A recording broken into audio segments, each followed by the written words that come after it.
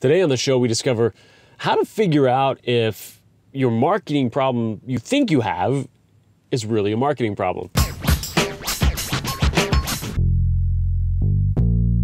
How's it going, everybody? Jason Croft here, the Credibility Craftsman, and today I'm so excited to bring James Loomstein on the show. He is the owner of Rogue Marketing, and they are doing just amazing things in their approach to really getting into what a business's true issues are, rather than sort of the Band-Aid approach of just throwing out a marketing solution here and there. They really dig in, and they dig in the right way to figure out what the true business problem is that company is hoping to solve with marketing, and get at the root and figure out, is this really the best approach, or better yet, is that even the problem at all? So James does a fantastic job getting into his process there at Rogue, and some great case studies in how he's really clarified those things for businesses and gotten at the real solutions for them. So let's jump in with James. All right, James, welcome to the show. Oh, my pleasure. I'm so excited to do this. This is awesome. So I'm excited to have you here. Tell everybody who the heck you are and what you do. My name is James Loomstein. I'm the managing partner of Rogue Marketing. We are a digital strategy agency based here in Dallas. I am also on the adjunct faculty and teach at SMU in the Cox School of Business, and speaker, blogger, agency owner, Nice. strategist, fireman, all the things. It's a very big business card. Yes. Giant. All the things. Well, this is awesome, and I was so excited to have you on the show. We've crossed paths in the startup community and out through here and stuff over the years. Sure. And we met last week, and I was just blown away at your approach, Rogue's approach to marketing and bringing on clients and everything. I want to dig into that without a doubt with the company. But just before that, too, what led you to Rogue? What led you to marketing and that being your passion and your focus? Yeah, probably like most people, being a kid and watching Super Bowl commercials and videos and trying to analyze them. Some of my favorite classes in school. Went into the marketing world for undergrad, and then came out, worked on the marketing side, but not the detailed marketing side, right? Where you're like figuring it out and trying to be a little bit more forensic about it. And so I started off in consulting, and then went back to grad school at SMU, got my MBA in marketing and strategy, flipped over to the agency side, did the Omnicom game for about 7 years. Nice. And worked my way through those organizations. And then in 2010, I was like, you know what, I think I can do this for myself. And so I left Omnicom, went and started my own freelance company called Digital Space. I grew that. And along the way, go ahead. Well, I was going to ask too, how was the agency side of things for you? I mean, was it beneficial? Was it, I got to get the heck out of here? What did you take away from that? Honestly, I owe a lot to Omnicom and big corporations. I think the number one thing they do is they give you perspective.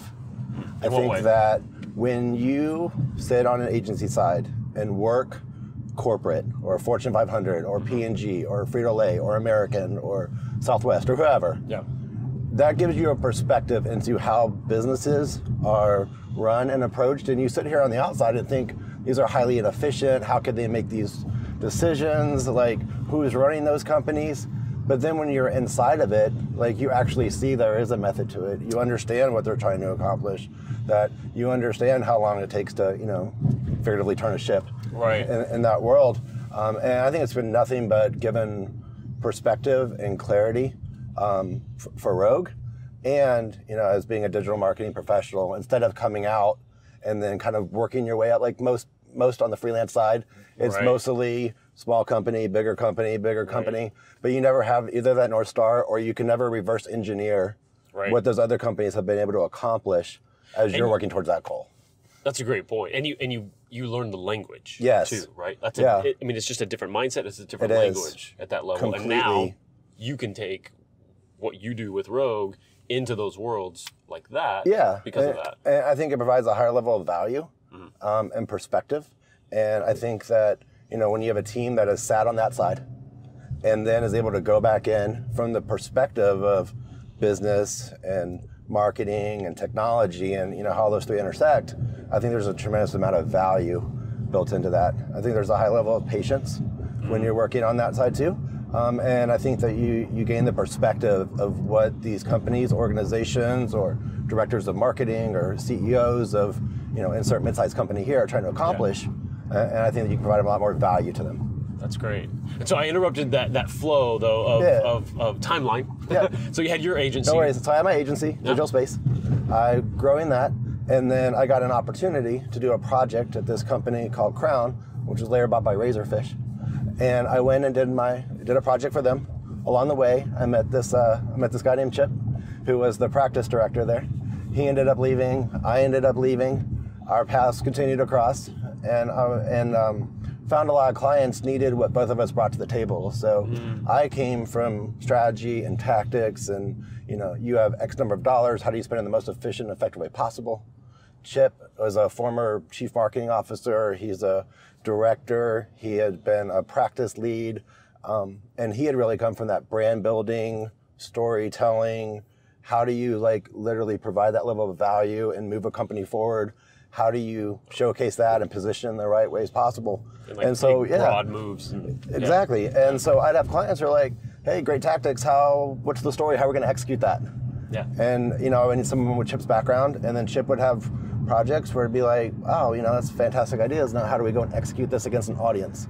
And they would bring me in. And then along the way, we started, pitching projects and winning projects and collaborating more and bringing our teams together. And then in 2016, we ended up merging our agencies together. And so that's the agency you see before you today. And I think that's also provided a big level of perspective from the fact of working in Omnicom, at 500-person agencies, being the independent freelancer, solopreneur, coming back, being a specialist inside of an agency, like a Razorfish Crown, and then ultimately growing an agency. So from 0 to 10, and then keep going from that side. So I think it's provided a lot of perspective and ability that really helps people move forward. Yeah, that's a massive range. Yeah, that really you can help so many people, and I think it works at kind of cross levels too. That there's insights that you gain on a smaller company down here how you've turned around that can still apply to a giant corporation and vice versa too. So having that full range, I think, is really slick. I think a lot of people talk about being vertically focused, right? Like we're in the travel sector or energy or healthcare or hospitality. I look at it as more being horizontally focused, like focused on a type of person or a type of company with a business problem they're trying to solve, right? Gotcha. And so without being tied down and being agnostic to all the tools, tactics, platforms that are out there. So it's more important to recognize what's the business problem or what's the outcome that's trying to be achieved. Then reverse engineering, looking through the marketing lens of marketing and technology and business and how those all come together, and then deploying the right tactics to solving that problem versus coming in and saying, oh, well, I come from an SEO background or a PPC background or creative or UI UX, and then whatever it is that your business problem is just happens to be the thing that we're really good at. Right. And so that doesn't actually help businesses move forward. Right. And so I think where there's a lot of opportunity is a lot of agencies or freelancers or just high degree specialists are so focused on solving a business problem from the bottom up. So it's a director calling a marketing manager. They need X done, or they have X outcome. Right, whatever's right in front of them, that's the biggest problem, and you can solve that. Well, that's very working at the bottom and trying to solve the problem up. Versus if you start at the top and you work with leadership and directors and boards, and what is the objective of the business? Right? And then going from the top down and then solving the business problem that way, because then it provides more value to them. Right, and then multiple problems get solved during that same amount of work. So clients, one of the stories we were sharing was there was a client who thought they had a acquisition problem of new memberships within an organization. Well, like they're an association. Yeah, association, and if your objective is agency or marketing firm or person, I have an acquisition problem, come and solve that problem. Well, your first inclination is, I'm going to, set up landing pages and run ads, or, hey, if I'm spending this amount on paid media, just imagine if I spent double, right? Like what would happen in that situation? But then if you come and look up from the top down and you start looking through operations and finance and customer churn rate and all these things, it becomes very apparent that they don't have an acquisition problem, they have a retention problem. And so when we went and looked at year 1, 2, 3, 4, and 5, and saw the tremendous drop-off in year 3, and then reverse engineered that out, to come back and say, hey, we could sit here and drive more acquisition for you, you're just exacerbating your year 3 problem in it's like in 2021. Right. So every third year, you're going to be back in this systemic issue, because what's happening is you're selling value in year 1. They're engaged. Year 2, they're like, where was all that value I was getting? How did that work out? Let me try it a little longer. One more time. And then year 3, it's like, I'm not getting it. And so I'm gonna move on to the next thing. So you see that, and then what's that step? Because I think this is what's so awesome about your agency and about your approach. So you see that, and there's in the beginning there's a little bit of pushback, right? Of like, okay, well, slow down. Let's really figure out your problem. Right. And then as you present that, what's that feedback when you present that, and can you always solve that? I don't think you can always solve it, because I think it takes a certain type of client or the perspective. And I think it comes down to perspective and patience. That, it took you 3 years to get into this problem, right? And so, or longer, actually. Right. Sure. And sometimes the way you enter a company is, is how you're seen. And so when you can work with a leader who is more focused on solving the problem, like the root problem, versus thinking in a 90-day, Wall Street world of I have to hit my numbers, I only have 6 weeks, I have to do X, then you can actually be more successful. And so when you have a company that can, implement systems or deploy patience or have the perspective to solve a business problem, versus rather than, let's just throw up some Band-Aids, let's take some cold medicine, and let's just move on down the road. See the needle move. See the needle move. And then you come back, and then you find out, or what happens typically to those companies is it's next person up. It's next agency up. It's next marketing person up. But you're never actually fixing the problem. You're just either exacerbating it or you're moving things from one silo to the next. And so I think that really comes from the patient side. And I think you have to get companies who have a true business outcome, or have a giant rock in front of them, or need to accomplish something rather than fix this one problem, or drive lead, or whatever the case may be. Right. And so how are you attracting that type of client and finding them, and then figuring out, and what's that process for figuring out yes or no, like they get it or not? So sometimes it comes down to like the types of questions. So I think what happens with a lot of, and this is me like being like business leader and trying to help educate next level out and help them. I think so many people say yes to so many things, and if they would focus effort from your side or the company side, company sides and and agencies, right? It's like, yes, we do that. Yes, we could do that. Right. And they're only looking through the single lens. But I think the more that companies can say, right problem, wrong fit, or even agencies can say, we're the right fit, but not for this problem, right? Gotcha. And to be able to push back, I think, is the thing that pushes people so much further ahead. The ability to say no, the ability to have that patience, the ability to just give it one more look, or look at it from a different perspective, or dive into operational inefficiencies, right? Like, what are the things that are helping the client move forward? I think that is what, like, everyone wins when that happens. But there's so much 90-day Wall Street world. Everyone's out there to capture attention, and if you can just scream the loudest, and from the tallest mountain, you think you're going to win. Right. But then you end up with that year 3 problem, right? You screamed, you got their attention, you didn't provide the value, and now you're right back in the same situation. Yeah. Right? And so that doesn't help anybody. Oh, absolutely. And the trust that gets built when you do say, hey, we're not the right fit for this problem. You know, here's what we do solve. When you need that, come back to us, recommend it. I mean, that's huge. I think that also comes with the perspective, having a degree of experience in the space, and helping people identify the problems that they haven't been able to see. You know, for example, a client who's does very well in lead gen and finds that, you know, if this amount works, what if I just doubled my budget? Sure. Like, what would happen then? Sure. But then if which is normal, which makes sense, right? Right. Why wouldn't it? Right. But, you know, clicks and impressions don't solve business problems, right? And so there's so much focus on get the lead, but then what happens after, right? Like, how long does it take to answer a phone call? What happens to the lead nurture? What happens to the difference between yes, interested, not right now, no, and no, never.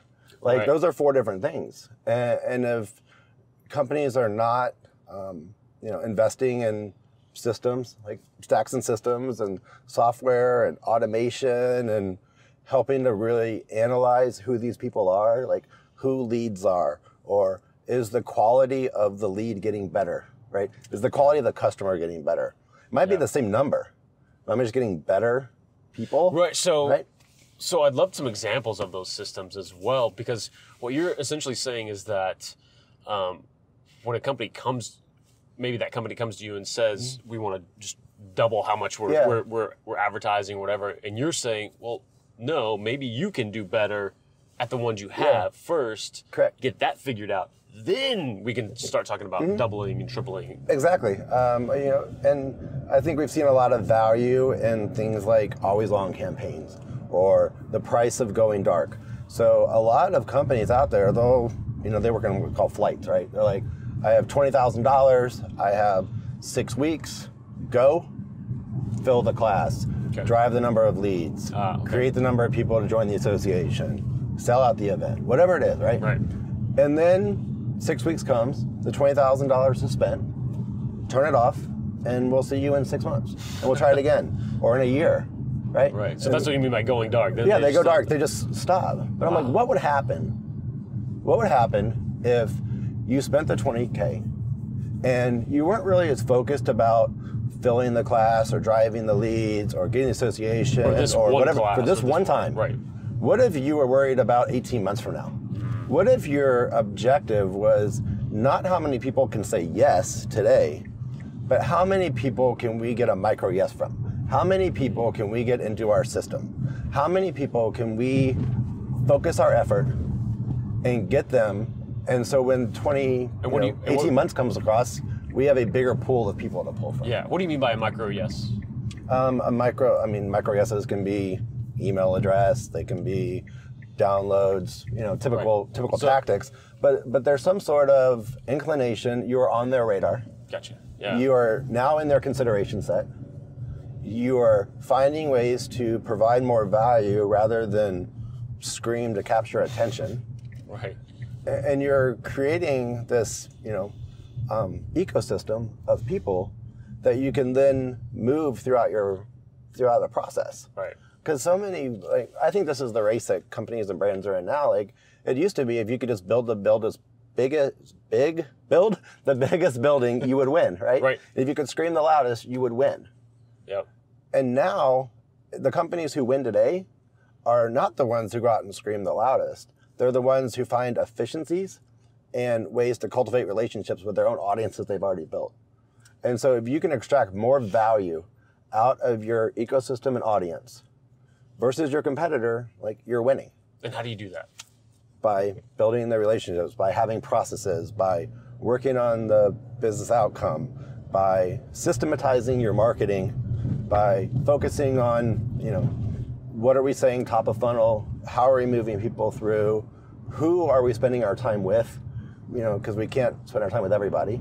Like, who and how are we moving people through this process so the outcome, 12 months, 18 months, 24 months down the road, is more successful than if we would have done the same thing we were doing 2 years ago, right? And I think that's where the mentality comes in, where you can't think in a 90-day Wall Street world. Yeah. Like, you have to think next season. And so I always give like the equation from like sports. You know, who is my third baseman 3 seasons from now? Who is coming up in AA, right? If you play football at Ohio State or Alabama, like, they already know their running backs for the next 4 years. It's just next man up. Right. And it's not versus the mentality of, our football season starts in August, we should go out and recruit people. Right. We should probably get on that. Yeah. So it's like, that isn't happening. That's a great analogy, right. Yeah. But yet, and it makes sense, and yet so many of us as business owners, we're dealing with so much and everything that's right in front of us. What are some of those systems that can get in place or help from you or anyone else to sort of get outside and open up that perspective a little bit? One of them is focusing on trajectory versus results. So like, where do you want to? Yeah, where do you want to go, and what steps are being taken to get there? So I wrote an article, and it was called, ROI positive or not is insane. And it's true. Like, if you as in business brand are running campaigns and you're determining success based on if you, in a very binary world, yes or no, did we hit our goal or not, that is a terrible way to grow. Why is that? That's highly inefficient, because in that time that you ran that campaign, you found more efficiencies that can be deployed the next time. You went after specific audiences that you wouldn't have otherwise had. You have found a way to cultivate and build a relationship from the start. But what happens is too many people are like, campaign over, throw those names in a file drawer. Sure. We'll go out and find the next people next time. But what would happen if you didn't? Like, what would happen if you took that opportunity and built those relationships ongoing, right? And what if you systematized your marketing into, putting those people into a lead gen funnel, or identifying who the top prospects are, or people who came in for, product benefit 4, ended up in a mechanism that they would only be talked to about like product market benefit 4. Right. And so, but that takes time. It does. It takes patience. It takes investment. It takes investing in the non-sexy things, right? Like technology and automation and development and the things that people won't see, and the daily system, right? The things that not everybody's always going to see. So, and all of it makes sense. All of it is absolutely correct. But when you're across from that data-focused business owner or CMO or whoever that is, how can you, if it's not ROI in a traditional dollar amount, then what kind of metrics can you put in place? And do you do this so that at least there's got to be something they can touch and feel in some way? Right? Sure, that's a great question. We actually spend a lot of time on what's the objective, and then how are you determining success? Okay. And if your success is only dictated by this period of time, then we're probably not a fit for you. Gotcha. And we will. And so we'll walk away. It's a conversation at the beginning to figure out those metrics. How are you determining success? What do you think the steps are to be necessary? This is another great exercise in to sit with a client who wants to rebrand or launch a product, or has a product launch coming up in 12 months, and saying to them, like, literally in the process, how would you solve this problem? Like, what tactics do you think are necessary, and how long do you think it takes to do those tactics? Right. Because most people think like, oh, well, I just start 6 weeks earlier and just show up, right? Like, what are things that happen? I got 12 months. I got 11 months. It's kind of like when you order an Uber, the only thing you've seen is that car just showing up and being ready to take you. Right. You didn't see all the other things that happened to make that car be there. Right. And I think that's another thing that businesses need and brands need to pay attention to is, what are the things that have to happen before? What's the non-sexy stuff, right? And then how do you extract as much value as possible out of that, like after the event, or after the launch, or after the transformation? Because you had a client with that 12 months from now strategy. So what was your sort of pushback and say, no, here's what we should do instead?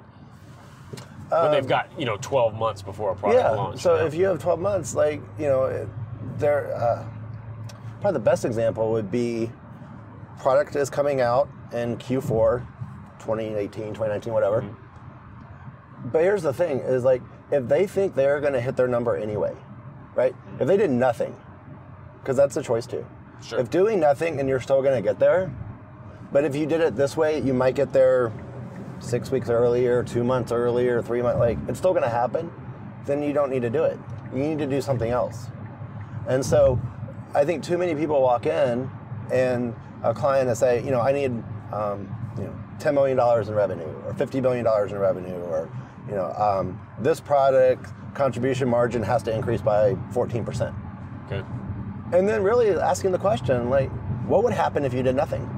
Like, what if you put a different salesperson on it?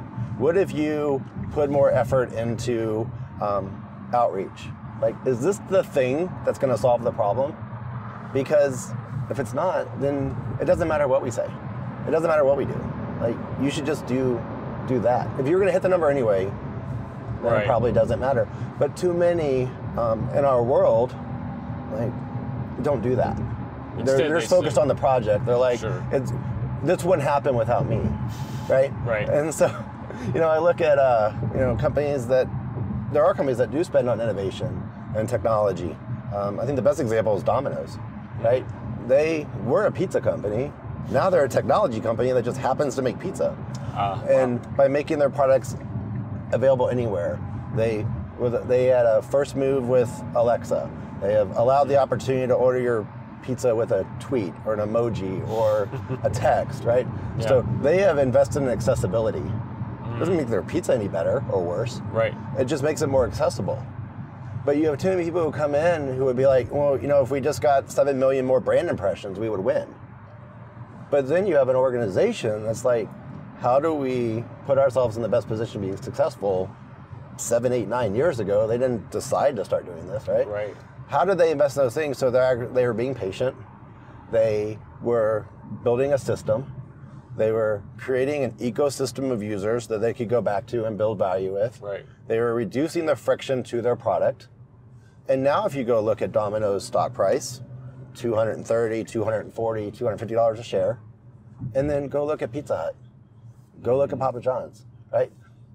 Clearly different models of getting there. Right. One is about how many people can I get in front of, how many impressions, how many sponsorships, how many things. And one of them is, how do I reduce friction and make it the easiest possible thing to get my product? And that's so key too, because what they're doing is saying, I don't know what the thing is going to be 5 years from now, but if we set up a culture that I know whatever it is, we're going to get it and we're going to jump on it. Yep. That's a huge leap above those other competitors that you mentioned. Well, it's that mindset versus 90-day Wall Street. Yeah. Because 90-day Wall Street would say, let's just go out and buy 50 million more brand impressions. Right. And again, we'll incrementally sell more. Right. You get the bump. Get the bump. Yeah. But then next time you have to go out and buy 100 million, or does that 50 million cost more now? Like, because there's more places, so the cost of attention keeps going up. Right. So like, are you going to end up at a place where it becomes cost prohibitive for customer acquisition? Right, and you've painted yourself into this corner. Yeah. Versus investing in the retention process, right? And then focusing your effort on how can we extract more value out of our current ecosystem.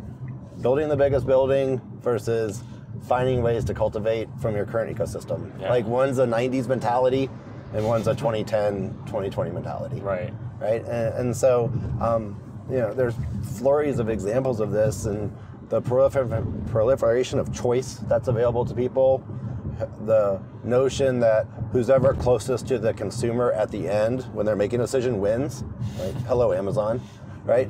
Or who is stepping in and reducing the amount of friction to make it easier to be able to do business with you. And then again, Amazon. But then also looking at like how are we systematizing that marketing?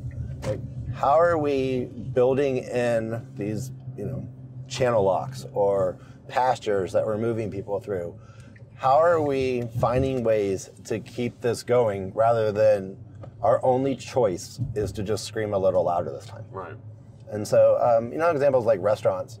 There's literally 3 ways that restaurants make money. It's kind of like any business. They either get more people coming in, they get more people coming back more often, or they get more people to buy more stuff while they're there. Right? Yep. That's it. Right. That's the only way you can do, right? If I want a taco, I'm going here or there, right? Right. And so they have to find a way to extract that $15 from you. Well, they're not getting it because they screamed louder. They're getting it because they provided the value. And I had a good experience, and I came back to it. And that is literally no different than, every business, brand, company out there. Whatever it is for you, simplified into those here's you can only do 3 things, right? Right. That's it. Those are the only choices you have. So, as a business owner, what should I be looking for? How do I? Because obviously, you've just described an ideal marketing scenario, or a scenario bringing on an agency or marketing partner like you. How do I know, besides just calling James and Rogue, what are the right questions to ask that agency? And then what should I be wanting to hear from that agency, from their questions? Yeah. So I think there's, we talked before, there's like 2 different types of agencies out there. There's tactic agencies and strategy agencies. And somewhere in the middle of that is the ability to come up with a strategy, the ability to identify the problem, be agnostic to the solution, and then deploy the right tactics against it. Versus, if you're a company and your problem is we just need more outreach, or we just need more links because we need to organically get our numbers up, then you should work with the people who can help solve that problem, and right? Specialize in just that one part. Versus, like, I have a business outcome I need to accomplish, or I have a new trajectory, or we have a new product coming out, or we want to move into a new market. That is a business problem. Or we need to reduce our sales time, or we need to decrease our cost of customer acquisition. That's completely different than I just need more people outside of my restaurant. Right. And so I think the things that people should be asking is, what's the business problem I'm trying to solve? Do I have the level of patience in order to solve that problem, or am I expecting the thing to be fixed tomorrow? And where is this going to move my bit? Like, would I have gotten there if I didn't do anything? Because you have a company like, we're at 30 million, 50 million, 100 million. Those things didn't just happen, right? Things had to happen to get to that point. Right, there's something already in place. Yeah, it's something already in place. Like, is that still going to continue? Is it just not working at the same clip like it was before? And I think it really comes down to, like, what's the business problem that we're trying to solve, and then who do we need to solve the problem? One thing that we've talked about before is kind of this idea of, like, the practice of marketing, right? The practice of finding efficiencies, the practice of getting better. So if you were, a runner, or you were a cyclist, right? Let's say you're a runner, and your knee hurts, and you went to your doctor, and he gave you medicine, and then the medicine didn't work. Are you going and getting another doctor? Or are you working with him or her and going after the right tests, getting the right x-rays, the right MRIs, the right treatment plan, coming back with the right solution, right? And then implementing that, and then finding ways to improve and get better and get back to where you were at. Right, because the right doctor is going to say, like, hey, we're gonna figure this out one way or another, and it's gonna take this step, this step, this step. So the level of complexity involved in solving that problem of fixing your knee or your arm or your neck or your back or whatever is literally the same thing as dissecting the problem with your business. Is maybe you have a lead acquisition problem. Maybe you have a retention problem.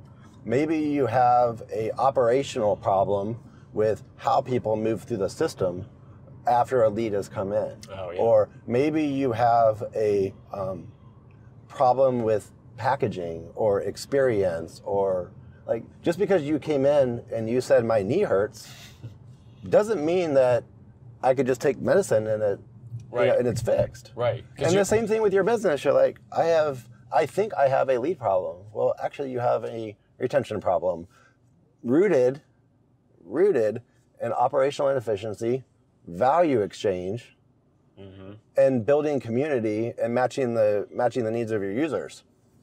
Because we could just get you more people. You could just take more aspirin, right? But you're still going to have the same problem, right? And so I think it was working with those types of companies, people that have that sort of mentality, that are looking for the fix, that are willing to be the patient, that are willing to, you know, go to that doctor or go to that surgeon, and literally reverse engineering. What's the solution I need to get my quality of life back or get back to where I was? It's the same question. It's like, what is a solution that gets us back to, you know, our 10% growth rate, or our cost of acquisition back down under 100, you know, or under 100, whatever it is. Like, how do we get back to that spot? Yeah. And then deploying some of that, and then learning from every step along the way that about problems you never even realized you had, maybe, you know, or other ways that you can just get better. For sure.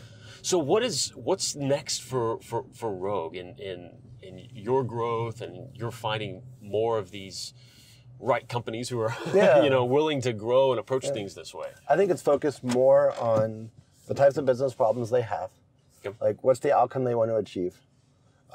Recognizing the Wall Street thinkers versus the, you know, investors in solving the problem. Yeah. Focusing more on top down versus bottom up. You know, and then finding ways to, you know, create those systems, to leverage the technology, and to really think through, like, reverse engineering out the business outcome you want to achieve, being agnostic to the tools and platforms, and then solving for that thing. Awesome. So that's a great approach, and I'm sure just by educating people this way too, I mean, you tend to draw and attract those companies that want that. For sure. As well. So that's awesome. Thanks so much, man. I appreciate it. This has been awesome. It's been a blast. So. I love your approach on marketing, and it's just been fantastic. So thanks for being on. How can people find Rogue and track with you and stalk you and all that? You can stalk me on Twitter at @Loomstein. You can find Rogue at gorogue.net. You can follow us on Twitter at RogueThink. And then also follow on Facebook and Instagram. Awesome. You heard it. Get the stalking. And that guy. Great interview there with James. And I hope you got something out of that as a business owner, as even a marketer on really both sides of the table, right? Getting into a better approach to that whole dynamic, I think is huge. And I really enjoyed getting that perspective for business owners to ask better questions of themselves before they go and hire an agency or try to put in some marketing tactics, and also the insights, you know, for other marketing agencies and just marketers to realize that, you know, their specialty may not be the solution for that company, and to be honest with themselves and with that company to do what's best for them. I love that approach. It's fantastic. So make sure you connect with James, follow Rogue, and really, you know, join them on this journey as they grow their agency and they help more and more businesses out there. I'm excited to see where they take this whole thing. If you like interviews like this, make sure you subscribe here on YouTube. And if you're listening right now on the podcast, make sure you subscribe on iTunes and leave us a review there, if you will. It helps us get found in the whole iTunes ecosystem. And we'll see you on the next one. It's Saturday night. It was Saturday night and I'm feeling kinda silly. Winter coat on cause the air was chilly, but I'ma make my way out to the record spot. Gotta find some new breaks for the beats to rock. I gotta gotta come with the flavor like some lifesavers. On now and later's Dr. Beatmaker. If I'm a player, it's like your tape deck. And if you miss the gig, then take a rain check. Stacks of wax piled high to the ceiling, need a U-Haul truck if I would think about stealing. But it's not my steed, so I commence with the digging, no kidding. Something that'll keep the beats hitting what I'm getting. So much to choose from, bro.